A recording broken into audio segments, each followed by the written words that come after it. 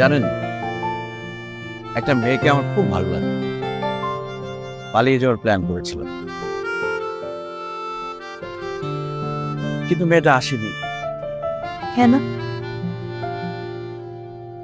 কিভাবে আসবে? ওর বাবা তখন পড়াচ্ছিল। মানে?